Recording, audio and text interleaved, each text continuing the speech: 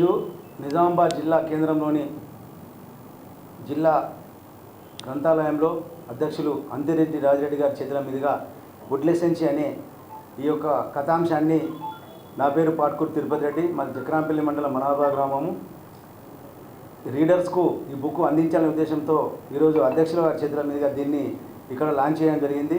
వారు మాకు సుపరిచితులు, చిన్నప్పటి నుంచి మంచి మిత్రతున్న వ్యక్తి. మరాలు ఈ నిజామాబాద్ జిల్లా కేంద్రంలోని ప్రధాన గ్రంథాలయానికి చైర్మన్గా నియమించబడిన తర్వాత వారిని కలిసిన తర్వాత, అన్న ఒక బుక్ రాస్తున్నారు, దాన్ని మీ చేతుల మీద లాంచ్ చేసి మీ గ్రంథాలయంలోని రీడర్స్కు అందించాలనే ఉద్దేశం ఉందంటే, తప్పకుండా రా, దాన్ని మనం లాంచ్ చేద్దాం, మన రీడర్స్కి అందిద్దామని చెప్పడం జరిగింది. చాలా సంతోషంగా భావిస్తూ ఈరోజు నిజామాబాద్ జిల్లాలో ఉన్నటువంటి ముఖ్యంగా రీడర్స్కు చిన్న గమనిక ఏంటంటే, ఇప్పుడిప్పుడే పైకొస్తున్న రచయితలు మన తెలంగాణలో ఉన్నారు. తెలంగాణ ప్రత్యేక రాష్ట్రం వచ్చిన తర్వాత ప్రాచీన వస్తువులపైన, కళాకృతులపైన, ప్రాచీన చరిత్రపైన, తెలియని విషయాలపైన లోతుగా అధ్యయనం చేసి ఇట్లాంటి నాకు చిన్న ప్రయత్నంగా ఈ బొడ్ల సంచి రాయడం జరిగింది. చిన్నప్పుడు మన అమ్మమ్మ నాన్నమ్మ దగ్గరికి వస్తే బొడ్ల సంచిలో ఉన్న సున్నంకాయని కానీ దాన్ని చూసి చిల్లర పైసలు ఉంటే మనకు వాళ్ళు ఇస్తే ఎంతో సంతోషపడేది.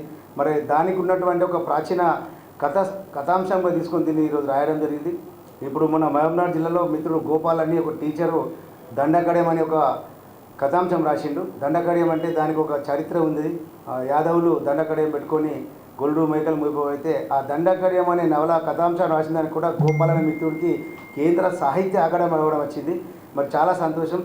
ప్రత్యేక తెలంగాణ రాష్ట్రం ఏర్పడిన తర్వాత కవులు, రచయితలు, కళాకారులు చాలామంది పైకి వస్తున్నారు. వాళ్ళ రచనలు ఇట్లాంటి పెద్దలు ఇంకా ప్రోత్సహించి సహకరించి అలాంటి వరకు మీరు సహకారం అందించి ఇంకా కొత్త రచయితలు మీరు వెలుగులోకి తీసుకొచ్చి వాళ్ళు అభినందించాలని చెప్పి కోరుతూ థ్యాంక్ యూ, ధన్యవాదాలు. ఈరోజు నా మిత్రుడు తిరుపతి రెడ్డి గారు మంచి తెలంగాణ ఉద్యమకారుడు, అదేవిధంగా తెలంగాణ ఉద్యమం కొరకు చాలా కష్టపడ్డ వ్యక్తి. అదేవిధంగా ఈరోజు ఆయన ఒక బొడ్ల సంచి అనే పుస్తకం రాయడం జరిగింది.